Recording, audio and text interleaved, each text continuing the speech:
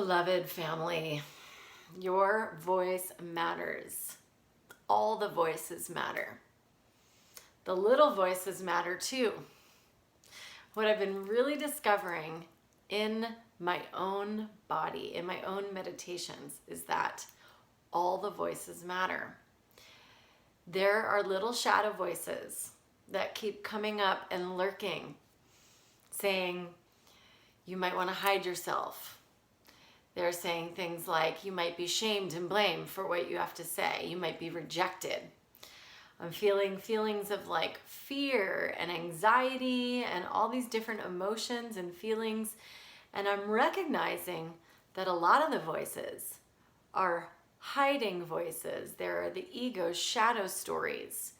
And they're keeping me from speaking my truth, from speaking about love, from speaking about power, inner power. And it's holding me back from sharing my authentic truth. The thing is I have experienced in my own life perpetration. I've experienced in my own life being a victim. I've experienced being a rescuer. I have experienced martyrdom. I've experienced all of these shadowy energies. So have we all. This is called the collective ego, the collective mind. And what I've recognized is I'm just not going to stand for that any longer. The fear, the doubt, the worry, the rejection, all of these voices that keep me from being and holding my truth of light and love. All the voices matter. And we can keep blaming and shaming and perpetrating and picking sides and creating more separation and comparison and all of this stuff, infighting. But it's not solving anything. I want to make a stand for love. I want to make a stand for freedom. I want to make a stand for justice. We need to treat ourselves well and with respect and honor and listen to those little voices. Embrace them, hold them, have compassion for them, speak kindly to them. Not to push them away, not to sweep them under the rug, not to spiritually bypass, not to turn a blind eye, but to really listen. And when we do that internally, when we listen to those little voices inside, that's when we shift, and that's when we can help take a stand for bigger shifts. All those shadowy energies, we have all experienced that. As a survivor of sexual trauma, I've experienced all of those. I've been accused of many times white privilege, cultural appropriation, many things. And every single time these things happen, I go into a fear story and I shut down and I close my voice and I hide. Based on my circumstances, based on the way that I grew up. And I'm sure many can relate to that. And the thing is this doesn't solve anything. So I need to go into deep listening and really hear, what are people actually saying to me? Oh, they're actually expressing their fear and their pain as well. And if we could all recognize and be self-responsible, to not blame and shame and perpetrate even more or victimize ourselves, but just to be responsible to create right action, right relationship with ourselves, with our own thoughts, with our own words, with our actions.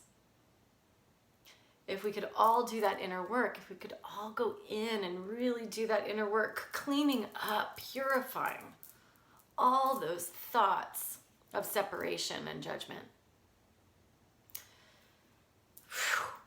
it could eradicate all the violence. Ahimsa is something I have been practicing as long as I've known that word, 15 years or so, maybe longer. Non-violence towards self brings non-violence towards others. And so where in my own inner life In my inner dialogue, am I speaking bad words to myself? Oh, I don't like your skin, your hair, you're this, you're that. If I'm doing that internally, then I'm doing it externally. So anything that I see outside of myself that I'm pointing fingers at or I'm judging is happening inside of me. That's why I can recognize it. Inner conflict, separation versus love, fear versus love. It's time to speak up, to not hide and make ourselves small, to speak our voice above the little voices, to rise up above the ego voices, above the shadow. And when we all rise above that shadowy energy, then we can talk about unity.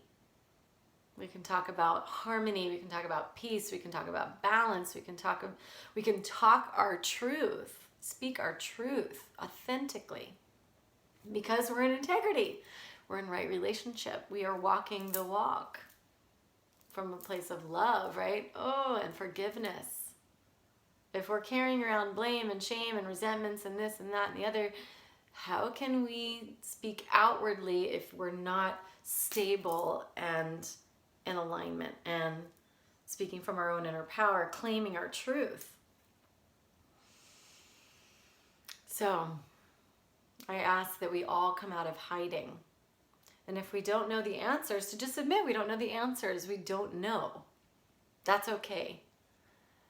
To create solutions is to listen and to let everybody have a voice. All voices matters. To let everybody speak what they're feeling.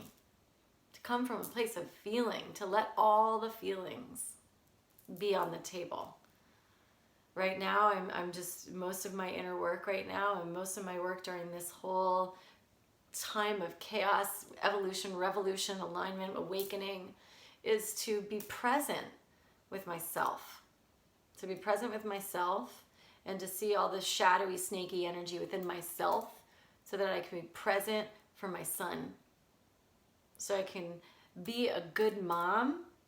That could be my one thing that I could do, if I could be a good mom and really show up and hold and nurture the innocence, the love of this human being, and let him know that the world is safe. And if it's not safe, how I can help support his emotional stability within that. And to create dialogue for healthy living and a healthy way of life and good relationship to the earth.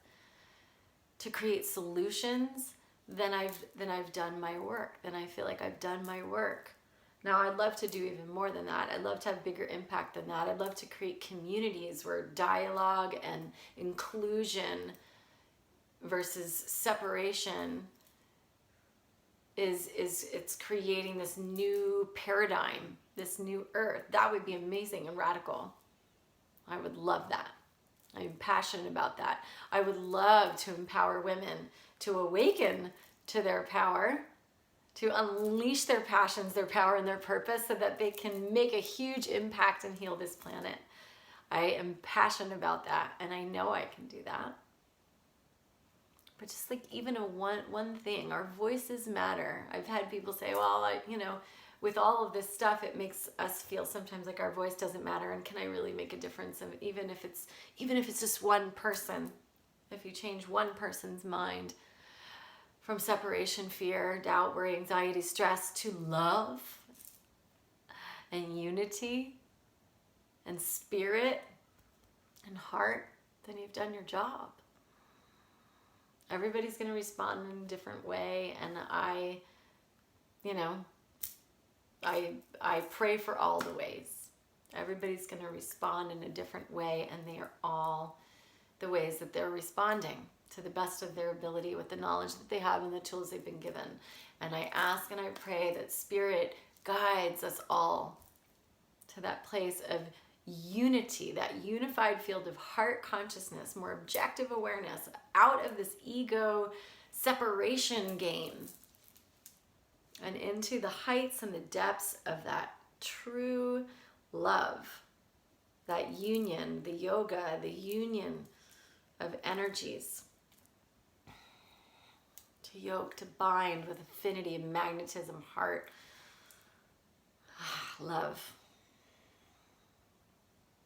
So what can you do today? In what way? What action? Instead of turning a blind eye, going into fear, hiding, getting smaller, what one way can you create change, shift, create transformation, heal?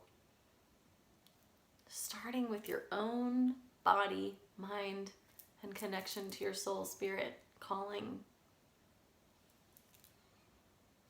That ripples out and impacts everyone that you touch.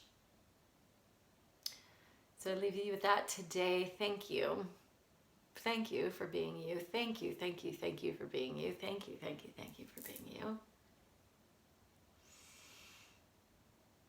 May you know peace. May you know peace. May you feel safe. May you know love. May you find your way. And please reach out. Let me know how you're doing. I would love to hear from you. Lots of love.